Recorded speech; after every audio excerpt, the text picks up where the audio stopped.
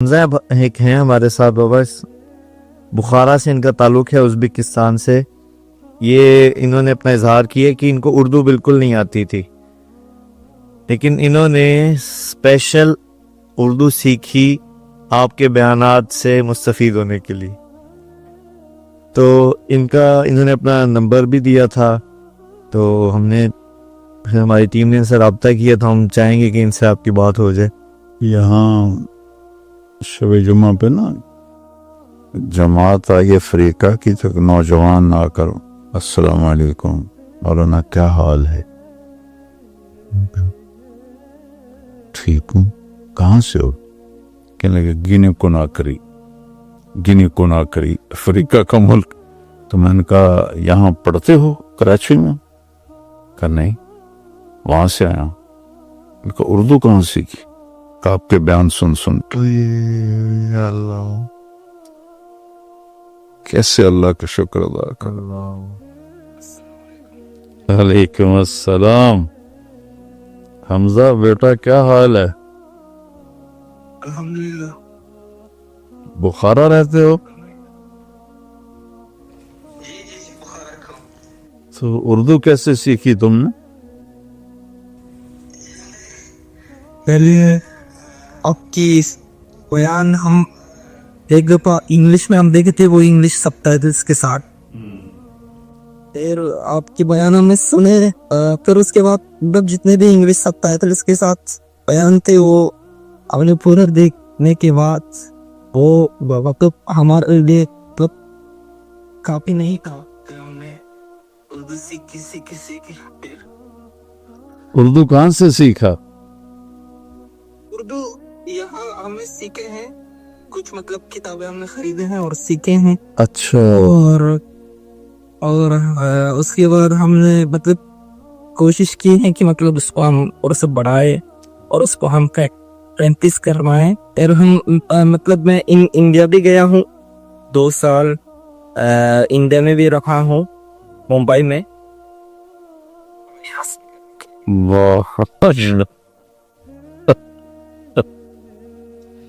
انشاءاللہ یہ بخارا ازبکستان میں ہے؟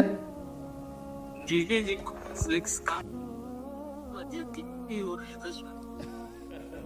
میں نے خود ویڈیو کھولا ہے، میں نے کہا میں بیٹے کو دیکھنا چاہتا ہوں جس نے اتنی محبت سے میرے بیانوں کے لیے اردو سیکھی۔ تو رہا ہے بیچارہ۔ ہمیشہ سلامت رکھ۔ آمین آمین آمین آمین۔ آپ کے پورے خاندان کو بھی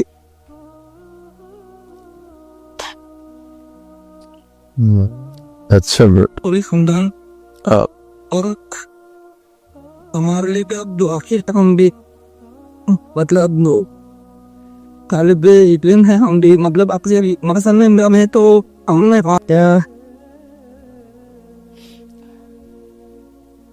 میں تو زیادہ اس میں کیا کہتے ہیں اس کو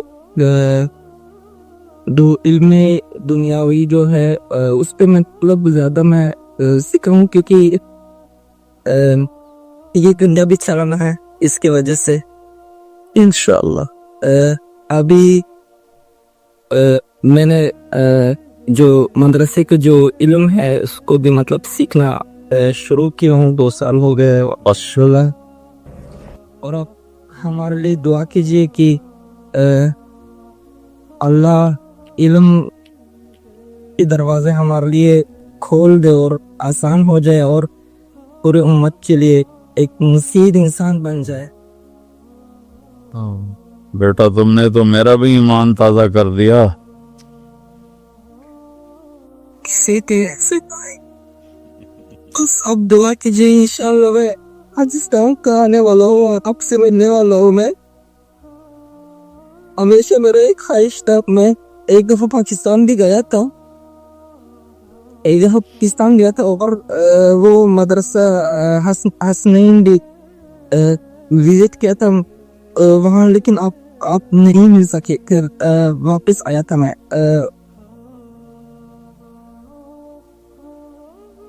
آپ سے دعا لینا تھا، آپ سے مل رہا تھا، مطلب انشاءاللہ میں اور آؤں گا اگر ہو سکے تو. ایک بار میں لیا تھا آپ وہ، کیونکہ وہ علماء جو ہے وہ امانت ہے، وہ وارث نبی رسول.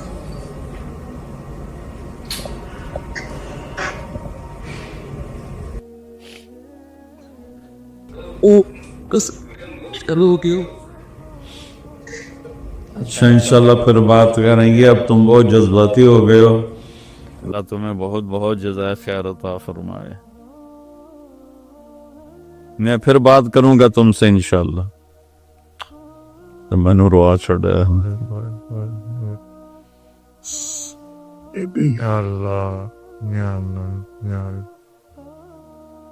مالی سے ایک عالم آئے سال لگانے. مالی جی جی مجھے ملے. اور میں نے کسی تبلیغ والے نے مجھ سے ملاقات نہیں کی. میں نے کہا تو سال کے لیے کیسے آ گئے؟ میں نے کہا تمہارے بیان سن سن کے. میں نے کہا میرے بیان تو اردو میں ہوتے ہیں. کہا آپ کا مالی لینگویج میں سب ٹائٹل ہو رہا ہے.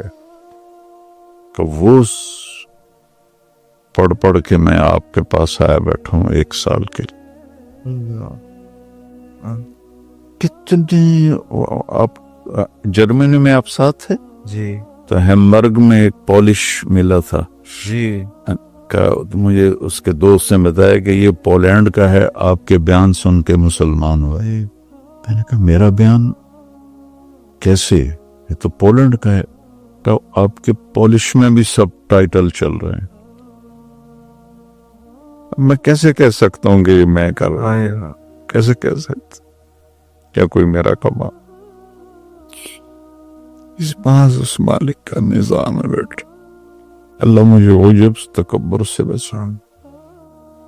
یہ ہے کہ اگر آپ اسلام کو پیش کریں گے تو دنیا کھچ کے آئے گی. کہ اسلام اتنا خوبصورت دین ہے، حسن انسان کو کھینچتا ہے. اللہ سے بڑھ کر کوئی حسن و جمال والا نہیں. اس کے بعد میرے نبی سے بڑھ کر کوئی حسن و جمال والا نہیں. اور ان کی زندگی سے بڑھ کر کوئی حسین زندگی نہیں. اللہ نے مجھے ان 3 مضامین کے گرد گھما دیا. تو کہاں کہاں سے لوگ ایمان لا رہے ہیں. دعا کرو اللہ بیٹا ہم سب کو اسی نعمت پہ باقی رکھے. آمین. میں تکبر سے بچائے. بیس العبد عبد یخدل الدنیا بالدین. بدترین انسان ہے جو دین کو بیچ کے دنیا حاصل کرے. اللہ تعالیٰ اس سے مجھے بھی، تم کو بھی، میری ٹیم کو بھی سب. اگلا سوال ہے جی کہ مولانا صاحب امید کرتا ہوں خیریت سے ہوں گے. ایک سوال آپ سے پوچھنا تھا کہ اکثر پیجز پہ دیکھا، سوشل میڈیا پہ دیکھا، لیکن کوئی صحیح رہنمائی نہیں ملی. مولانا صاحب آپ سے تہجد کی نماز کا طریقہ اور اس کی رکعت کے بارے میں جاننا چاہتا ہوں. تہجد کی نماز اور دوسری نماز میں کوئی فرق نہیں، نوافل ہیں. تہجد کو اللہ تعالیٰ نے بہت پسند فرمایا، اس کی بہت ترغیب دی، فرض نہیں کیا. تو ہمارے نبی کی جو مستقل عادت تھی، آپ 11 رکعت پڑھتے تھے، 8 نفل جی اور 3 وتر. کبھی کبھی اس سے زیادہ ہوتی تھی، کبھی اس سے کم بھی ہو جاتی تھی، لیکن عام معمول تھا کہ آپ 11 رکعت تہجد پڑھتے تھے. اور سبحان اللہ سبحان اللہ سبحان. حضرت عائشہ فرماتی ہیں کہ جب میرے حجرے میرے گھر میں ہوتے آپ، تو میں سوئی ہوتی تھی اور آپ تہجد میں کھڑے ہوتے تھے، مجھے نہیں اٹھاتے تھے. اور جب سجدے میں جاتے تھے تو لمبائی اتنی مختصر ہوتی تھی کہ میری ٹانگیں سامنے آتی تھی، تو آپ میری ٹانگوں پہ ایسے ہاتھ لگاتے تھے